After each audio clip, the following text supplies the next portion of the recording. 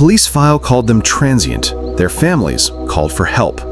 For years, women vanished from the same streets, and tips kept pointing to the same farm. A survivor warned the system in 1997. A weapons warrant opened the gate in 2002. By then, it was too late for dozens.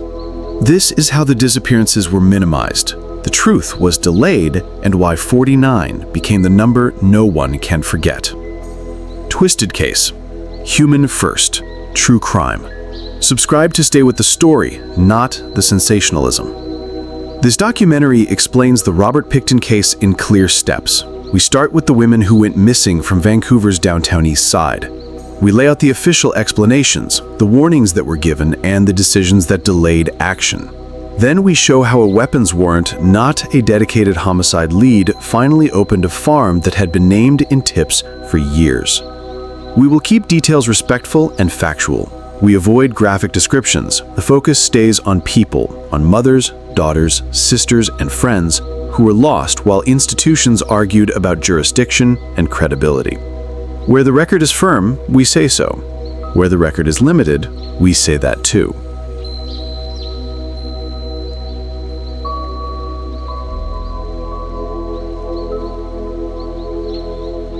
The downtown East Side is a small urban area with a long history of poverty, addiction, and community. In the late 1990s and early 2000s, many women worked the strolls here to survive.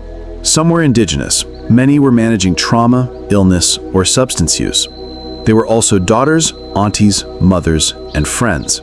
They checked in with family, they kept small routines for safety, they mattered.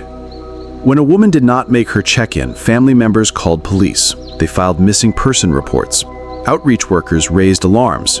In meetings, the official language often described these women as transient or mobile. That framing slowed urgency. It turned concrete warnings into wait-and-see assessments. It created the idea that a missing person might simply be traveling. Families knew something else. These disappearances were a pattern. By the late 1990s, advocates kept seeing the same pattern. Missing person reports with familiar faces, shared circles, and the same few blocks. Some sources sent tips to police about a pig farm outside Vancouver. It was in Port Coquitlam, on Dominion Avenue. Those tips did not produce an early decisive search. The system, as we'll see, treated each disappearance as a case unto itself. The pattern was there, recognition was not. Here are the key pre-search events in plain order.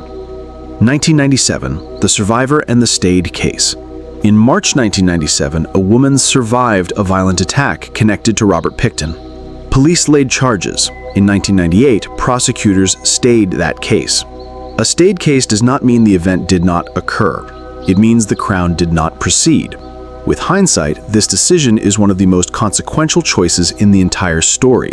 A warning existed in the record 5 years before the major search. 1998 to 2001, the disappearances escalate. Families and advocates reported more women missing from the downtown East Side. Street-level conversations kept naming the same property in Port Coquitlam. Some of those tips were specific, yet the official stance emphasized complexity. Adults can travel, workers may change cities, evidence of crime was not clear. That stance, combined with jurisdictional friction between Vancouver police and the RCMP, kept urgent action from coalescing. Late 2001, joint effort announced. As pressure increased, a joint RCMP Vancouver police team began coordinating files on missing women. The intent was to align data and share leads. On paper, this was progress. On the ground, families still saw slow movement and cautious language. The idea of a serial offender was not yet officially embraced. Two things can be true at once. Policing large, complex cities is difficult, and the people closest to the danger often see the pattern first. In this case, street knowledge pointed in one direction while official action lagged. The turning point came in February 2002. Officers obtained a warrant to search the Port Coquitlam property for illegal firearms. The warrant was, at first, not about the missing women. That search opened the gate. What followed changed the scale of Canadian forensic work. Police secured the farm. They began looking beyond weapons for items that could link the site to missing person files. They found personal possessions, identity documents, photographs.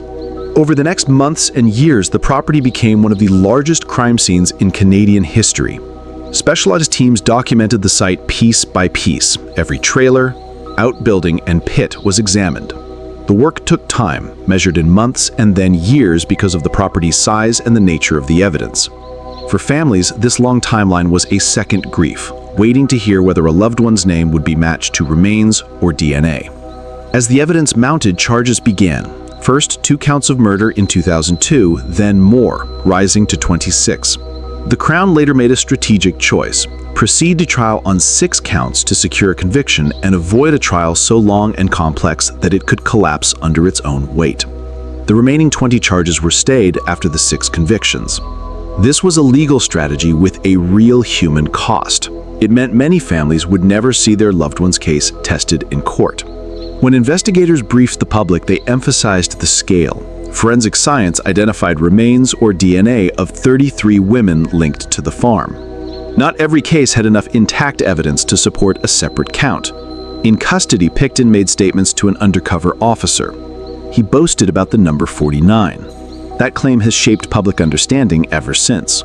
The court could not treat a boast as proof for all cases. Families, however, knew the pattern was larger than the 6 convictions. Former investigator highlighted, "The lab work was massive. We recovered personal items, DNA, and materials that placed multiple missing women at the property. We charged what we could prove to the standard required in court." For many watching, that answer was both true and incomplete. The trials concluded in 2007 with 6 convictions for second-degree murder. The sentence was life imprisonment with no parole eligibility for 25 years, the maximum available at the time. The jury did not hear evidence on the other 20 counts because they were severed from the main trial. After the verdict, the Crown stayed those counts, noting that further trials would not change the sentence and would require retesting traumatic evidence for minimal legal gain. For the system, the verdict achieved certainty. For many families, it left rooms of unanswered questions. They had followed the case for years. They held photographs and vigils. They attended hearings. Some never heard their loved one's name in open court. The difference between legal sufficiency and moral closure was glaring. In public statements, officials promised an inquiry into how the system had handled the years before the farm search. That promise led to a report that still shapes the conversation today. The province established the Missing Women Commission of Inquiry. After hearings and testimony, the final report, titled Forsaken, was released in 2012. It used unusually direct language for an official document. The report found systemic failures in the investigation of the missing women cases. It identified bias against sex workers and against Indigenous women. It described poor coordination between Vancouver police and the RCMP. It criticized case management practices. It concluded that these failures allowed a serial predator to operate for years.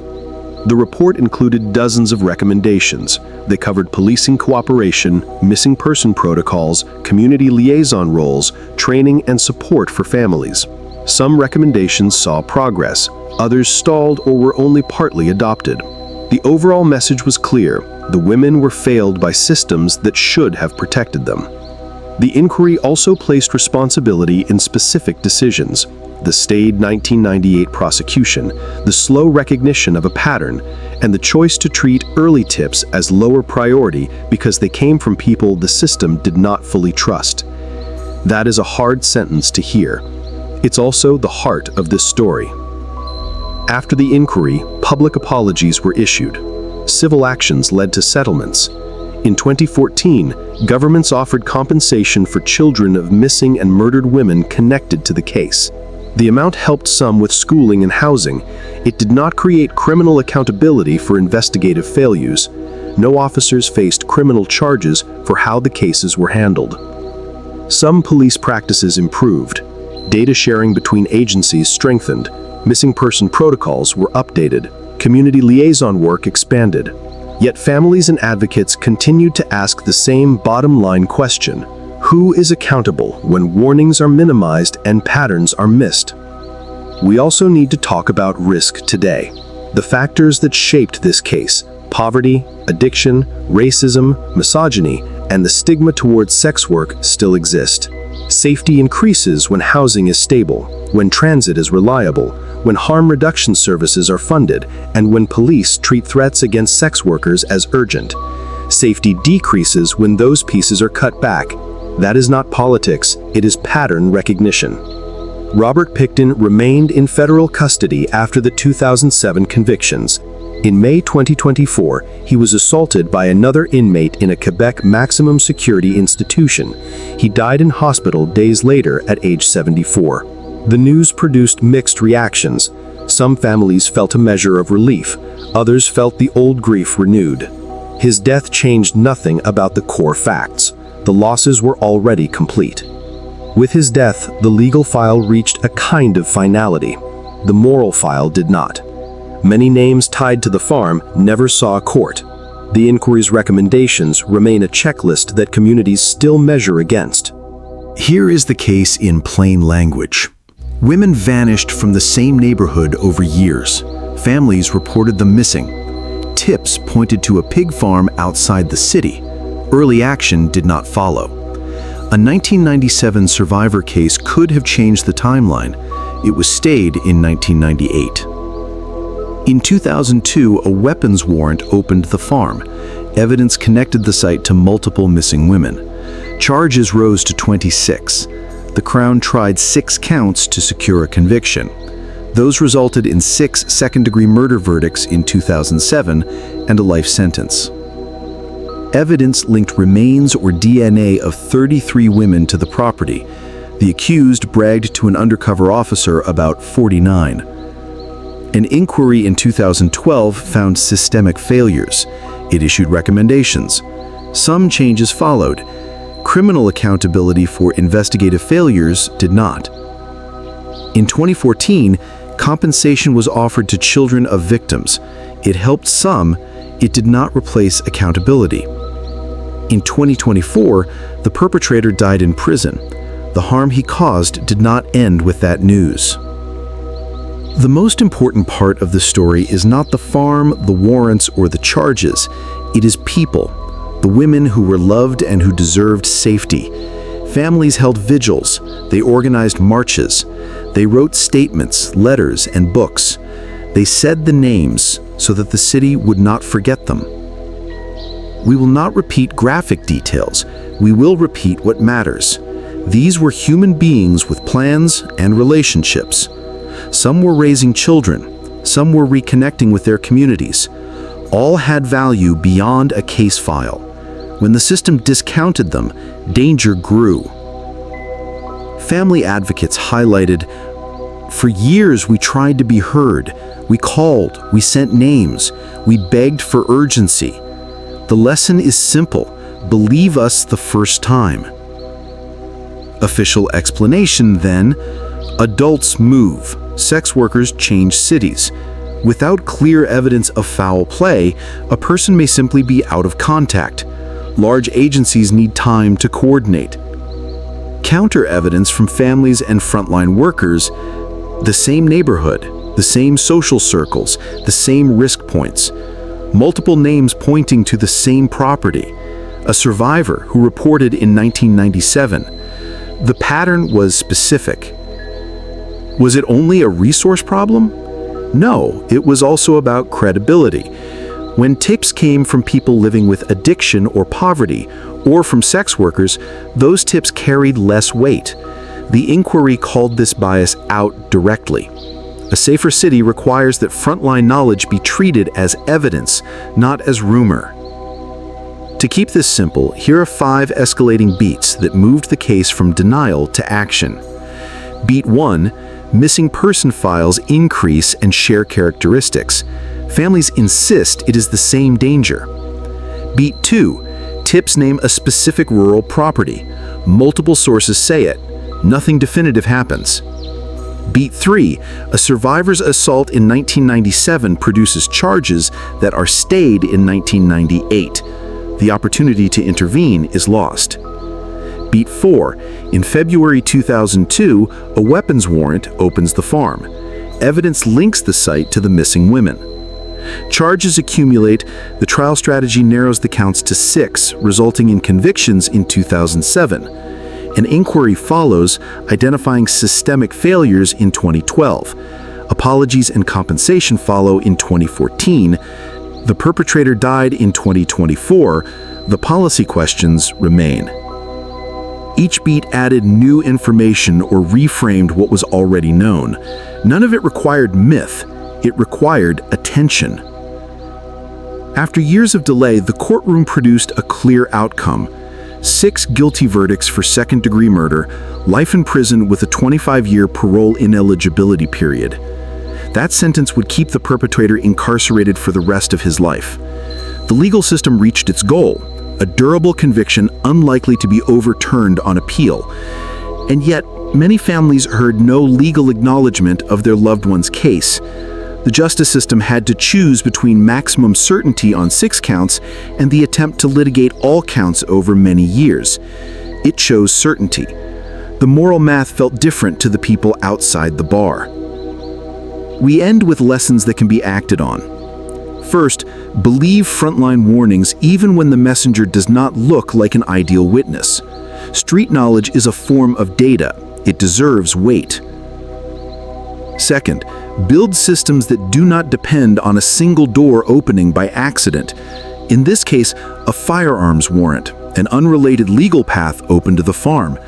Missing person investigations should have tools and urgency strong enough to open doors on their own.